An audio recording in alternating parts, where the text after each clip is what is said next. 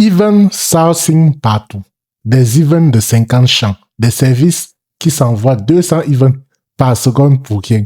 Des anti-patterns qui tuent ton architecture. Salut, c'est des valeurs vidéo 23, des anti-pattern event driven. C'est qu'il ne faut pas faire.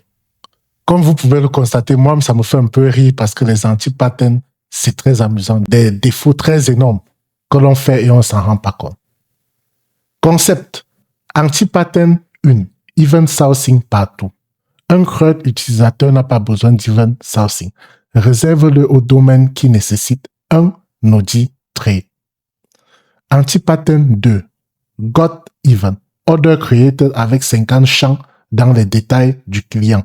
L'adresse, les items, les prix, les promotions, trop gros. Découpe en event spécifique. Anti-pattern 3. Chatty events. Publier un événement pour chaque micro-changement. Field updated pour chaque champ.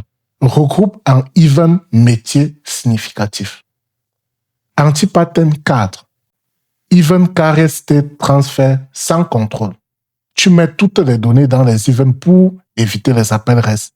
Les consommateurs accumulent les copies désynchronisées. Anti-pattern 5. Couplage temporel. Service A attend une réponse de service B via event dans les 5 secondes. C'est du synchrone déguisé. Exemple concret.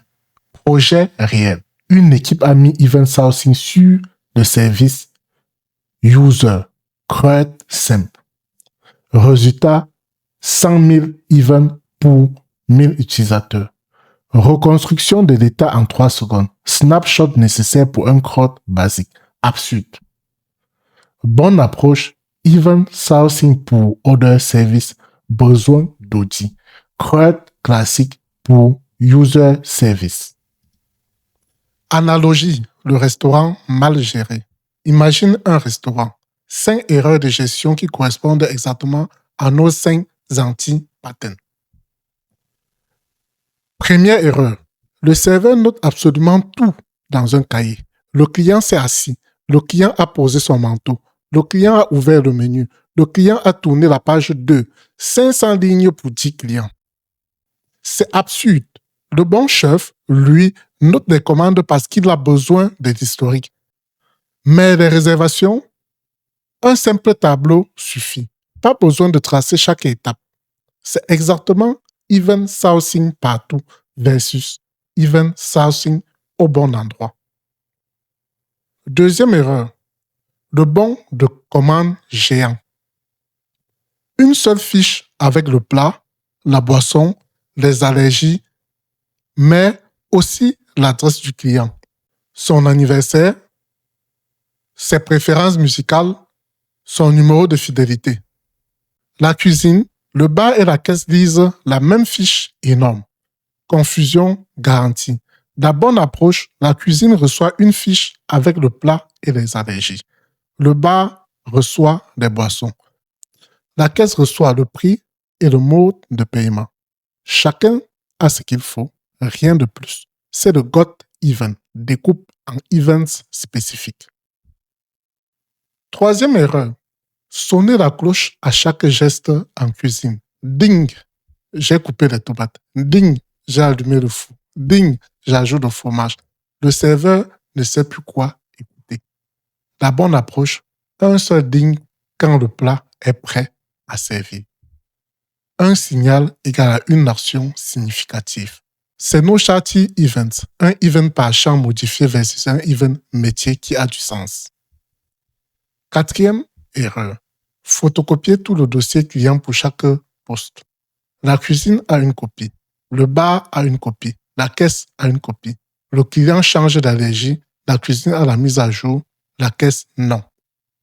Copie désynchronisée. La bonne approche, on transmet juste le numéro de table. Si un poste a besoin d'une information, il consulte le carnet central. Toujours à jour, une seule source de vérité. C'est notre Event Carrier State Transfer. Event léger et appel reste ponctuel si besoin. Cinquième et dernière erreur, le serveur crie la commande et reste planté devant la cuisine à attendre. Une margarita et il attend 5 minutes. Pendant ce temps, les tables 5, 6, 7 attendent aussi. C'est du synchrone déguisé. De bons serveurs posent le ticket sur le passe-plat et enchaînent. Il va prendre les commandes de la table 5, sert le dessert de la table 3. Ding, la pizza est prête. Il a récupéré. Fire and forget, chacun travaille à son rythme.